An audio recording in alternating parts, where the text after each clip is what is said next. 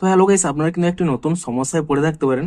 আপনারা সকলেই জানেন এই মুহূর্তে কিন্তু অন্নপূর্ণা যোজনার স্ট্যাটাসটি চেক করা যাচ্ছে, কিন্তু এই মুহূর্তে দেখুন যাদের এখানে ফর ফার্দার ভেরিফিকেশন শো করছে, কি কারণে এটি শো করছে তার কারণটি কিন্তু নিচে লেখা রয়েছে। কিন্তু অনেকের ক্ষেত্রে এরকম প্রবলেম হচ্ছে যে এখানে কিন্তু কোনো কারণ লেখা নেই। তো আপনাদেরও যদি এখানে ফর ফার্দার ভেরিফিকেশন শো করে কিন্তু কোনো কারণ এখানে না শো করে, তা কি কারণে এই প্রবলেমটি হচ্ছে সেটাই জানাবো আজকের এই ভিডিওটিতে। তাই জন্য কিন্তু পুরো ভিডিওটি অবশ্যই দেখতে থাকুন। তো দেখুন, বেশিরভাগ ক্ষেত্রেই যাদের এখানে ফর ফার্দার ভেরিফিকেশন শো করছে তাদের কিন্তু নিচে আন্ডার এনকোয়ারি বলে কি কারণে এই প্রবলেমটি হচ্ছে তাদের কিন্তু বলা রয়েছে। অর্থাৎ এই কারণের জন্য তাদের কিন্তু ফর্মটি এখন হোল্ডে রয়েছে, পরে আবার ভেরিফিকেশন হওয়ার পরে তারপরে কিন্তু অ্যাপ্রুভ করবে। কিন্তু এখানে যাদের যাদের এখানে কিন্তু কোনো এখানে শো করছে না যে কি কারণে এটি ফার্দার ভেরিফিকেশনে রয়েছে, তাদের বলে দিই। দেখুন, আমি কিন্তু একটি ডেমো অ্যাপ্লিকেশন করেছিলাম, অর্থাৎ অন্নপূর্ণা যোজনা রিলেটেড ভিডিও বানানোর জন্য আমি একটি ডেমো অ্যাপ্লিকেশন করেছিলাম, তাতে কারোর এখানে নাম অ্যাড করেনি। সেক্ষেত্রে এখানে দেখুন এই অ্যাপ্লাইং ফর অন্নপূর্ণা যোজনা, এখানে যে ইয়েস আই এম অ্যাপ্লাইং এই অপশানটি কিন্তু আমি এখানে নো করেছিলাম, অর্থাৎ যাতে আপনাদের বোঝাতে পারি কিন্তু কারোর এখানে অ্যাপ্লাই করব না, তাই জন্য কিন্তু আমি এখানে নো করেছিলাম। এবং ঠিক এই কারণের জন্যই এখানে কিন্তু এই প্রবলেমটি হচ্ছে।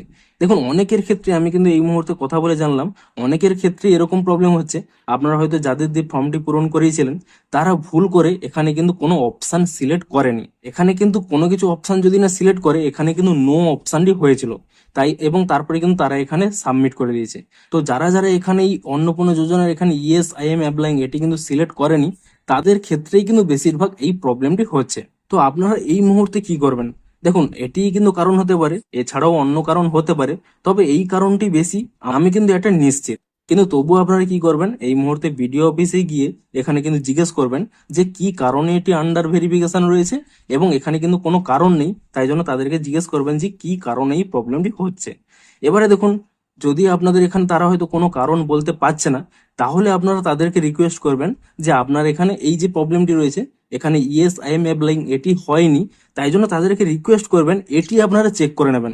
যদি এখানে ইয়েস না করা থাকে, আর তাদেরকে বলবেন এডিট করে এটি কিন্তু ইয়েস করে দিতে। কিংবা যদি অন্য কোনো কারণে অন্য কিছু ভুল থেকে থাকে, তাহলেও বলবেন তাদের কিন্তু কারেকশন করে দিতে, কারণ তাদের কাছে কিন্তু এডিট অপশন রয়েছে। তো মূলত বেশিরভাগ ক্ষেত্রে এই প্রবলেমের কারণে এই প্রবলেমটি হচ্ছে, কিংবা অন্য কোনো কারণেও হতে পারে। আমি তাদের কথাই বলছি যাদের এখানে রিজন শো করছে না। তো আপনারা এই স্টেপগুলি ফলো করুন।